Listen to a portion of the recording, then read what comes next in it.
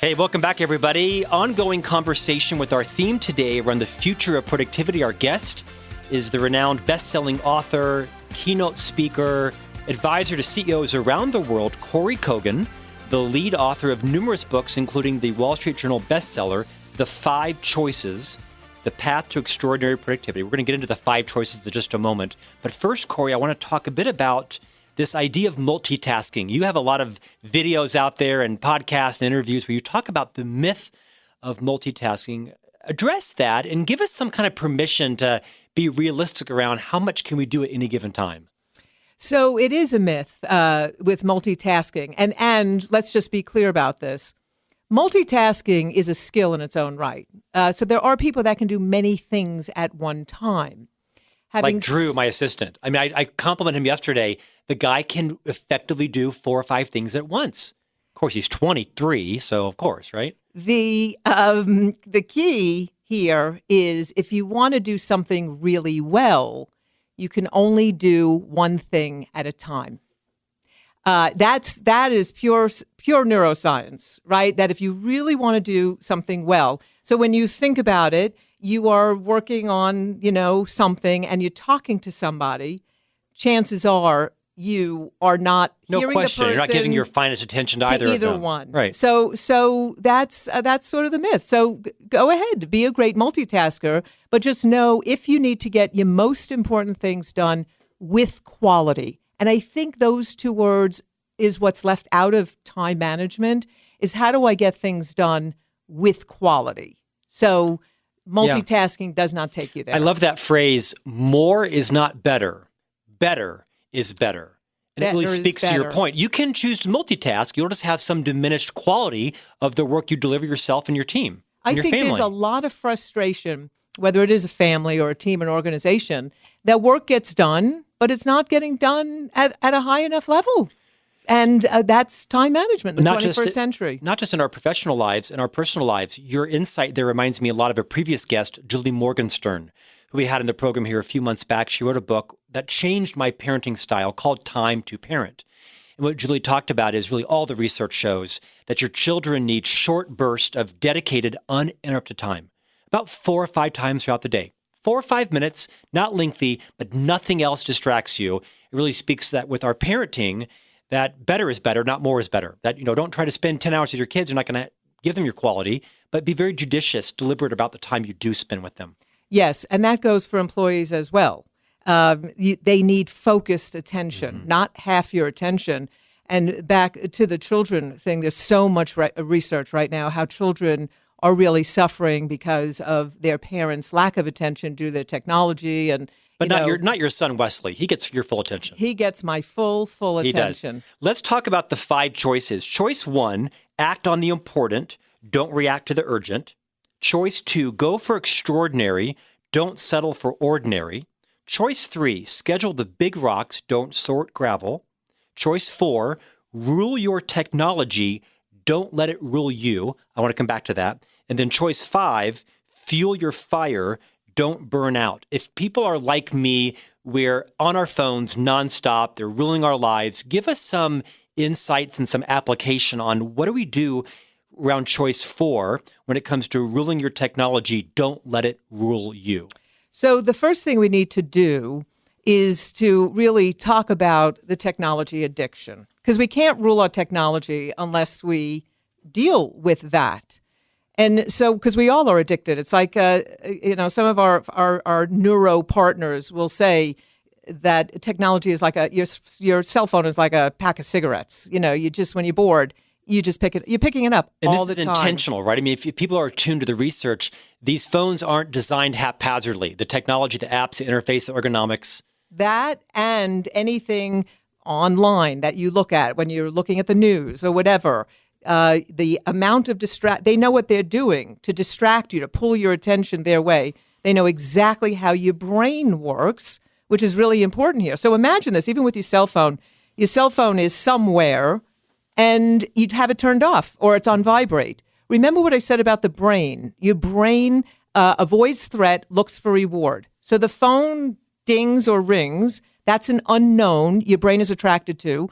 And you go, oh gosh, somebody needs me. That's reward. And so it's this perfect storm where people really just can't avoid going after their technology. So we have to get really intentional about this. And if we couple that or pair that with the time matrix, when you reach for your phone, you have to ask yourself, am I about to go into quadrant 3 or quadrant 4, where it's just a distraction or a waste of time picking up my cell phone when I should be really listening to my child in this particular moment in time?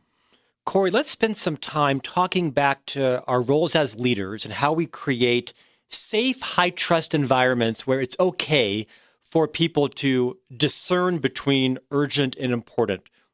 What counsel would you give to the non-leader that lives in urgency mode because their boss is Scott Miller and they are addicted to urgency and they want to create some discipline and some safe space?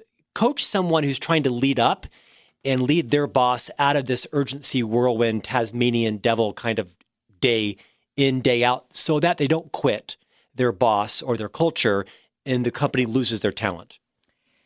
So the first thing that I would say to that person is, before we go to the boss, let's make sure that you are reclaiming your own time, attention, and energy on the things that you have control over. So many people just automatically go into crisis mode, or they wait to the last minute, or they procrastinate. Stop doing that. That enlarges quadrant 1. They go to quadrant 3. I'm the person that accommodates everybody. We want to be team players, but we can't accommodate everybody. We can't answer everybody's emails right this minute. So how do I change some of that? And am I spending too much time in quadrant 4? So you look first for, how do I reclaim time, attention, and energy?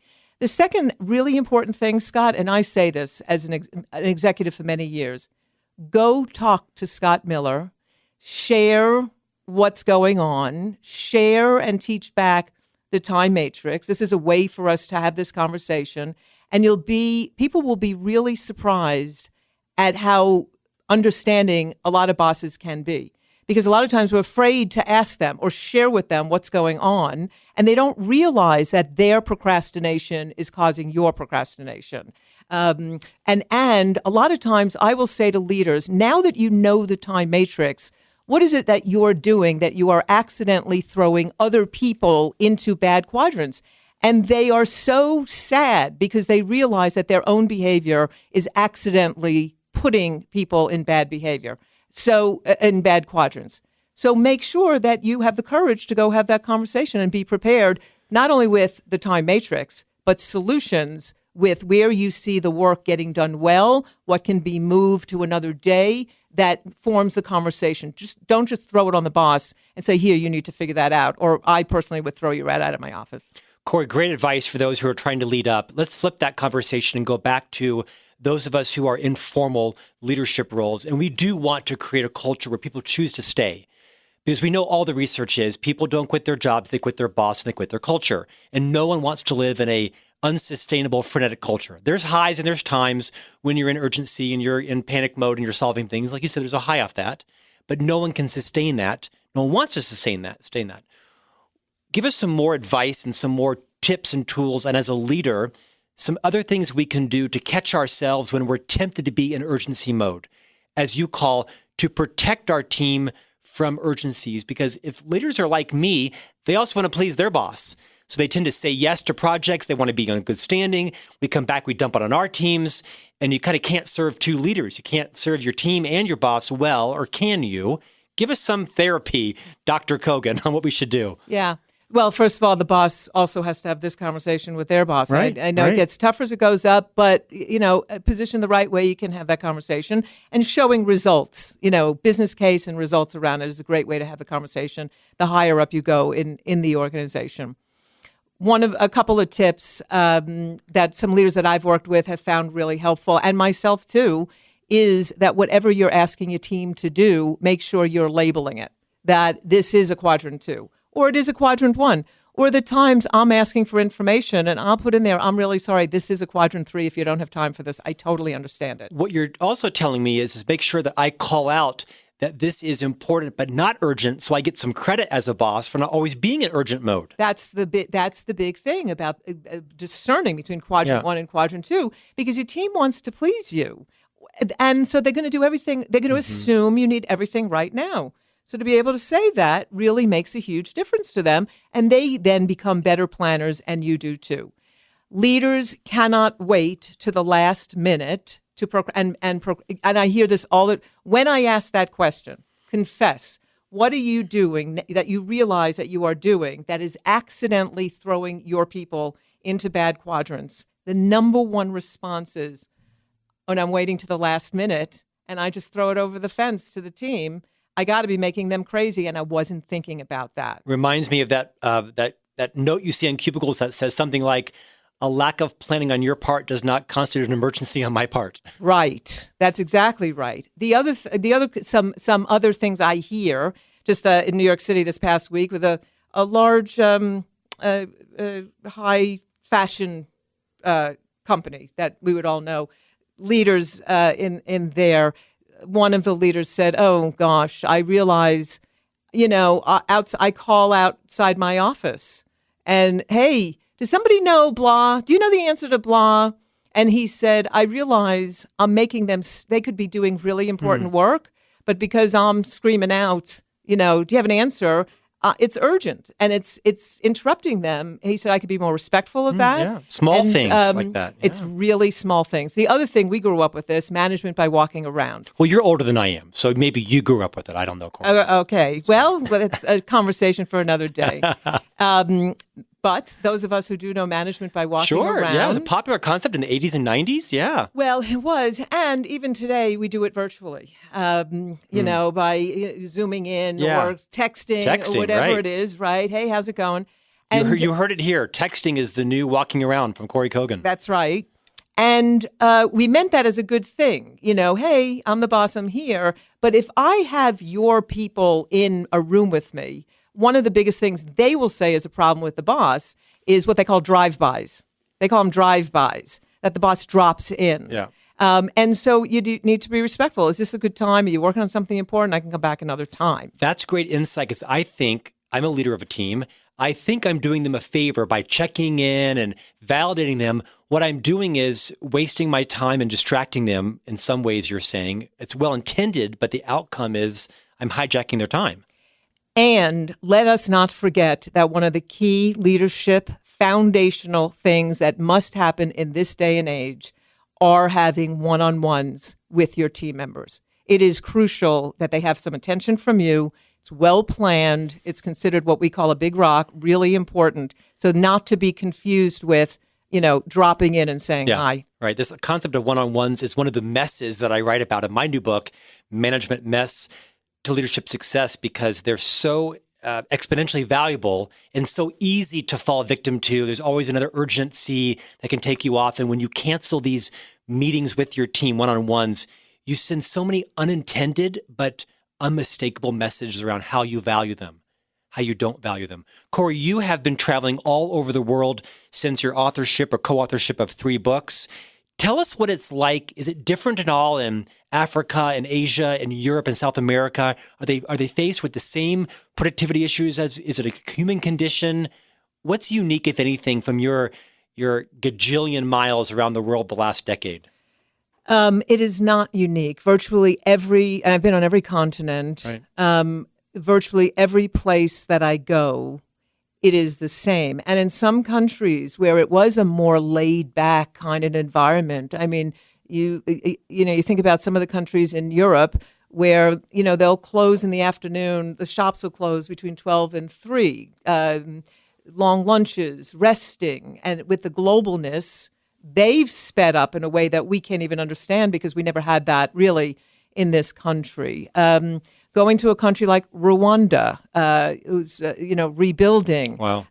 Just really looking for how to be more productive and just trying to do everything. So how do we reorder that so that we really get the most important things done, which is crucial to them. So really amazing. We've been talking today with Kory Kogon, the lead author of the book, The 5 Choices, The Path to Extraordinary Productivity. Kory, I mentioned earlier, you're going to be one of the main stage speakers at the World Business Forum this November in New York City. You're on stage with such luminaries as Janet Yellen, the former chairman of the Fed, Jim Collins, right, the leader of really leadership, right, Good to Great, Built to Last, Simon Sinek, Randy Zuckerberg, Gary Hamel, Marcus Buckingham. I mean, you're at the pinnacle of your career. What will you speak about when you stand on stage with these main stage speakers and try to communicate to all the leaders in the audience how they can be change agents in their culture? What will you say differently to them, if anything, that you said to us today? Is it the same message? It's very focused on the leadership aspects. Yes, that it is their responsibility to develop a culture of productivity.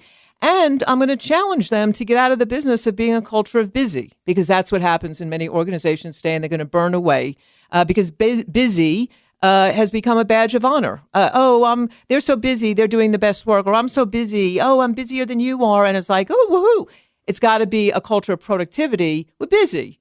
And it could be crazy, but we're methodically, more than 60% of the time, getting the most important things done. So that's the main message to the leaders. Kory, you're well known for lots of quips and quotes. One of my favorite I'm going to attribute to you is "Stop telling me how busy you are," right? Exactly. Which has stopped me. I've stopped using that word. In our final 30 seconds here, as you look at your own life, what's the biggest struggle in your life as executive, coach, author, partner, co-parent, something you struggle with, and how do you overcome it? So my struggle, like many people, I love what I do, and I love that I'm good at it, to be honest. So saying no, I have an ego, it feels good when people ask me to do stuff. That's just down-home human stuff. So saying no is hard for me. And people say, well, what's the magic? There's no magic. It is pure intentional thought based around who you are in the few key roles in your life that are really important right now, and having the courage and the guts, and as we say, the chutzpah, to say no. Kory Kogon, author of numerous books, including Project Management for the Unofficial Project Manager, Presentation Advantage, How to Influence and Persuade Any Audience, and the renowned best-selling book, The 5 Choices, The Path to Extraordinary Productivity. Thank you for joining us on Great Life, Great Career. Thanks for having me, Scott. It's been a pleasure always.